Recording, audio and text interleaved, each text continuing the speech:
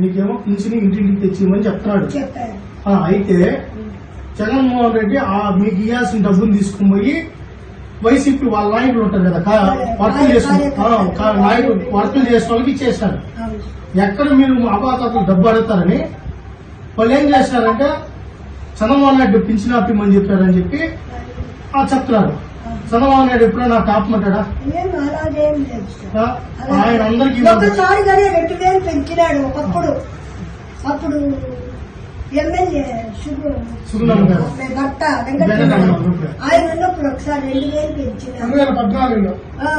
2000 ఇస్తాను, మళ్ళా 3000 ఇస్తానని ఆయన ఇప్పుడు కూడా 4000 తెచ్చి మీ ఇంటికే తెచ్చిస్తాను అంటున్నాడు. అయితే ఇప్పుడు పింఛలేకుండా ఇప్పుడు ఓట్లు వస్తున్నాయి కదా, ఎలక్షన్ వస్తాయి కదా, మిమ్మల్ని ఆపేసి మిమ్మల్ని ఇబ్బంది పెట్టి జగన్మోహన్ రెడ్డి ఎందుకు పింఛన్ లేదంటే చంద్రబాబు నాయుడు ఆపిచ్చారని చెప్పి వాళ్ళు ఆపిచ్చినారని ఏమి చెప్పలేదు, ఆపలేదని చెప్పలేదు.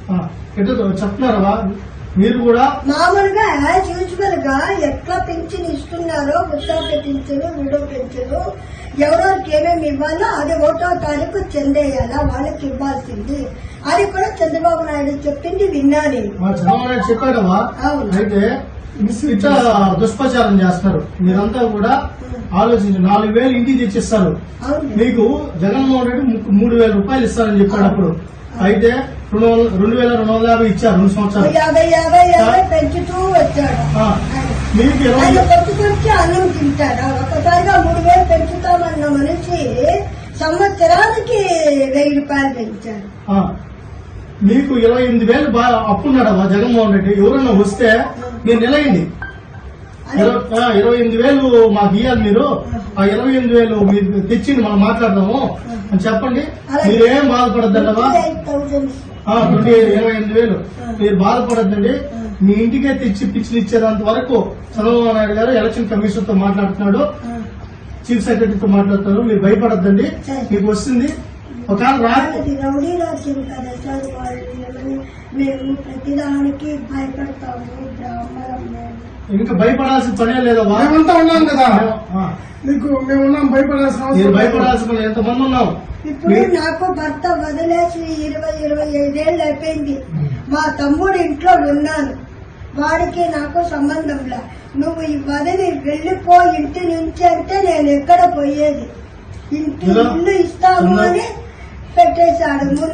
మిమ్మల్ని చూస్తే అప్పుడు 2000 చేసింది, మళ్ళీ 3000 ఇస్తాను చదవాలి. ఇప్పుడు 4000 ఇస్తాను. మీరు ఏం భయపడాలి? మేమందరం ఉన్నాం. మీ జోలికి ఎవరైనా వస్తే మేమందరం వస్తాం. మీరు భయపడాల్సిన పనిలా. మీరు ఎవరైనా వస్తే మాకు 28,500 అప్పున్నారు. మీరు పింఛను అంత కొద్దిగా ఇస్తున్నారు.